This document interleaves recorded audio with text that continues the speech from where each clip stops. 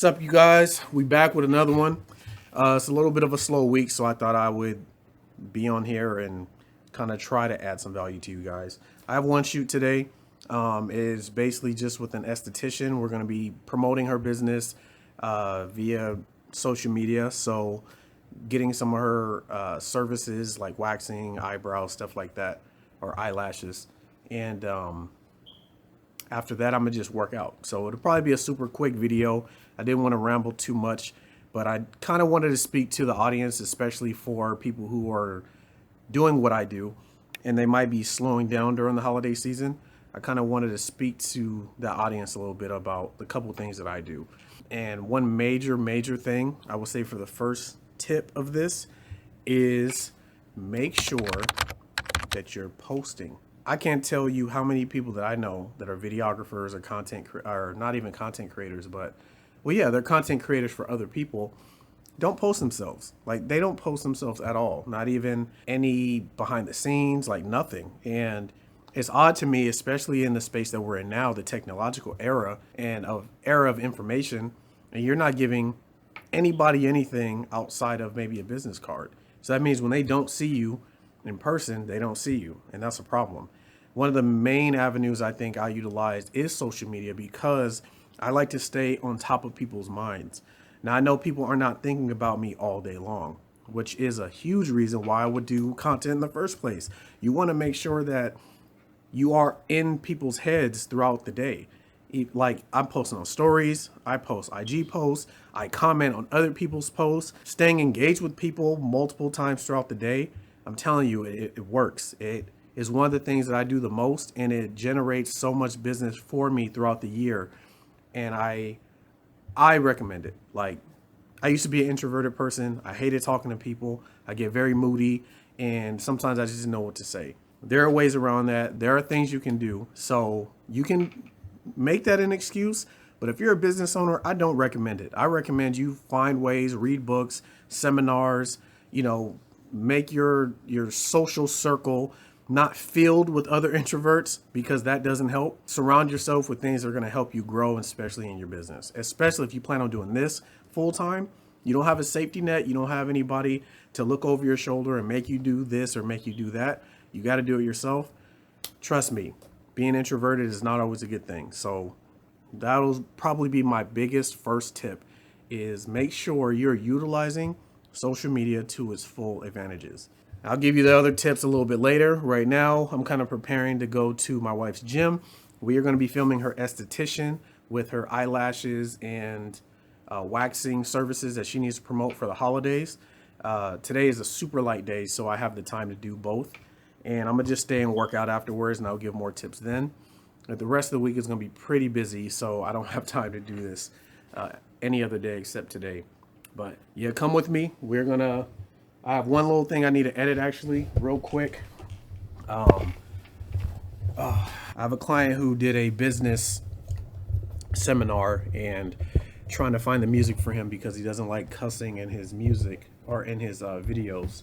So I'm trying to find clean versions to songs, and it's not always the easiest, especially if they just don't want a non-copyrighted instrumental. Like, some people actually want popular artists in their music. So I'm gonna knock this out, then we're gonna head to the gym and get it popping.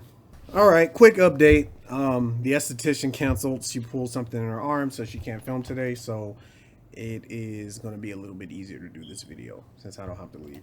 So the second tip I would say is to pick jobs where you can network. It's a lot easier to keep the momentum going when you have one client that you're filming for, but there are multiple people in the vicinity that you're talking to throughout the process.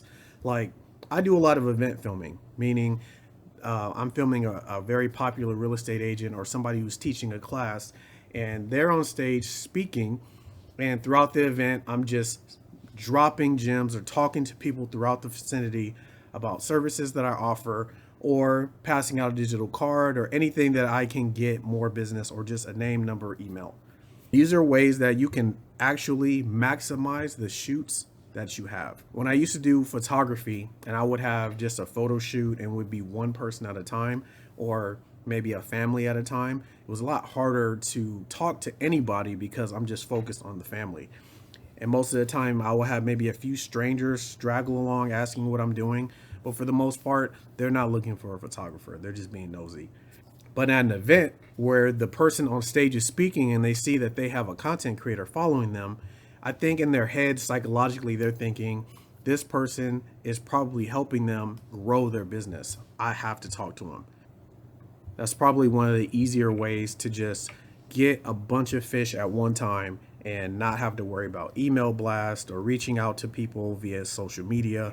You can just gather all the information right then and there. Now, this next one I think is hugely important, and I don't think a lot of videographers utilize it because they're very greedy, and that is to share the wealth. I think one of the best ways for me this year that I've expanded is I started adding more people to the mix. I started bringing more people along with me to shoots, whether that's to shadow me if I pay them to be a second shooter, or they ask me if they can, things are slow for them and, they need a little bit of money. So they come along with me and I pay them.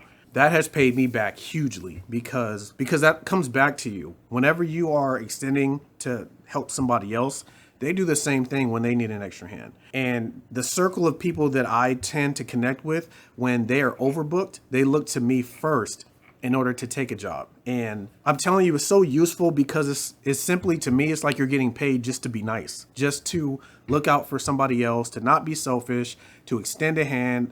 And it costs you nothing just to be nice to other videographers and not gatekeep. Now, in the beginning, when I was slow, I was nervous to bring along somebody who was better than me because I thought they would take my business. If they showed up with a bigger camera, if they talked to my client on the side and, they said things that I didn't know, or they took advantage of me being nice and just tried to steal my clients from under me. Now, that was my mindset, but I changed it quickly when I realized that there's not a lot of people like that.